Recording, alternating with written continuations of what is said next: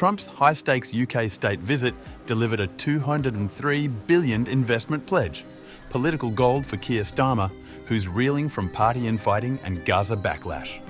Yet behind the pageantry, sharp rifts emerged. Britain's plan to recognise Palestine and Trump's hard line on migration. Can Starmer's risky embrace of the unpredictable US president pay off? Or will the cracks define their alliance?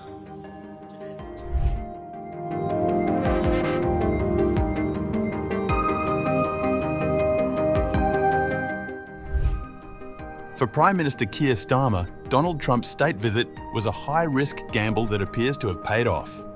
By offering President Trump an unprecedented second state visit, Starmer secured what Downing Street is calling a record-breaking windfall, $203 billion of US corporate investment in Britain's technology, finance and energy sectors. We've renewed the special relationship for a new era. The United Kingdom and the United States stand together today as first partners on defence, first partners in trade with the groundbreaking deal we struck in May, and now with the new agreement that we've just signed this afternoon. We're confirming our status as the first partners in science and technology, ready to define this century together, just as we did the last. This tech partnership has the power to change lives.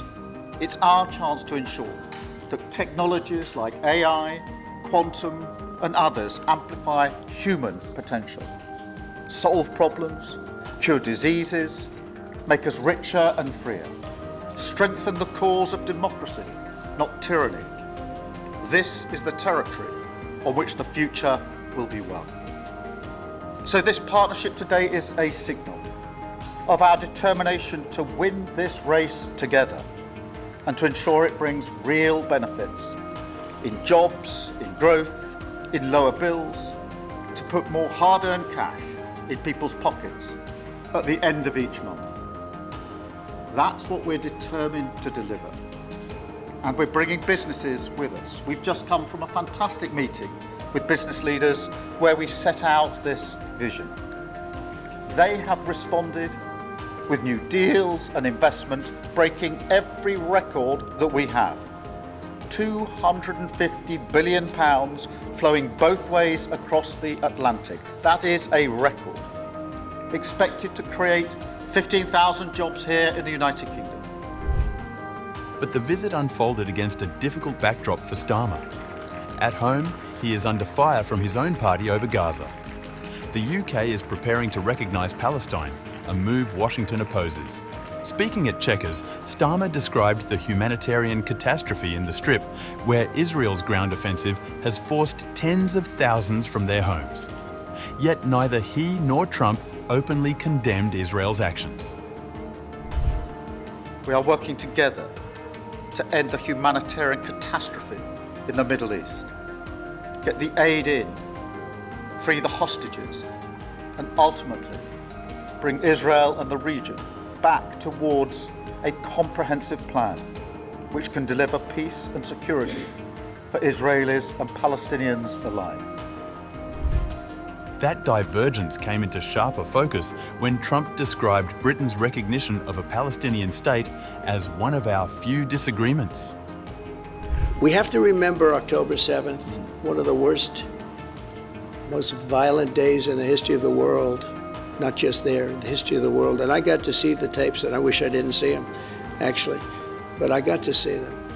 And I want an end. I want the hostages released. And I think it's going to be okay. But it has been a brutal period of time. But this has been going on for a long time. This is not something that's over the last year, 2 years. But this has been for decades and decades. But we want it to end. We have to have the hostages back immediately. That's what the people of Israel want. They want them back. And we want the fighting to stop. And it's going to stop. But a lot of bad things. You know, Hamas said that they're going to put the hostages up as bait. They're going to put the hostages in front of any attack. And that's pretty brutal. We haven't heard that one in a long time. So we have to remember that. So I have a disagreement with the Prime Minister on that score. Okay? One of our few disagreements, actually. For Starmer, the summit was as much about optics as outcomes. Trump's state visit was formally hosted by King Charles, delivering the kind of pageantry that Downing Street insiders believe helped lock in US investment pledges worth PS 150 billion.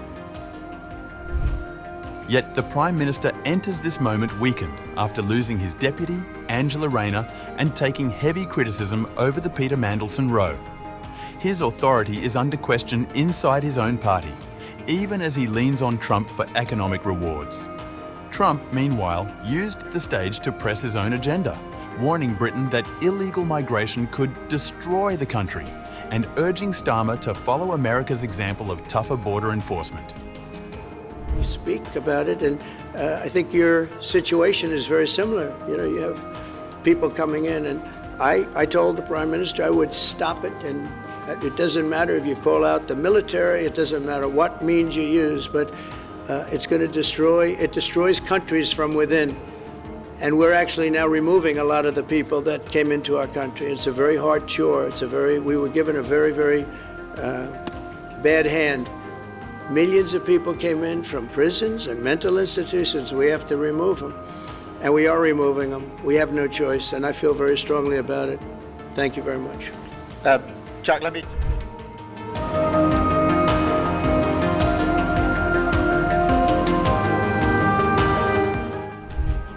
Long seen as a skeptic of the NATO military alliance, Trump lauded the bloc and its chief, Mark Rutte, for stepping up military spending.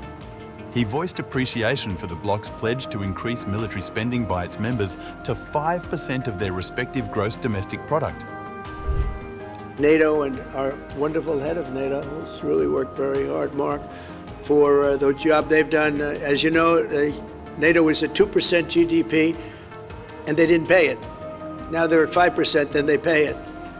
And we appreciate that. And we're sending a lot of weapons to NATO. NATO is paying for those weapons in full.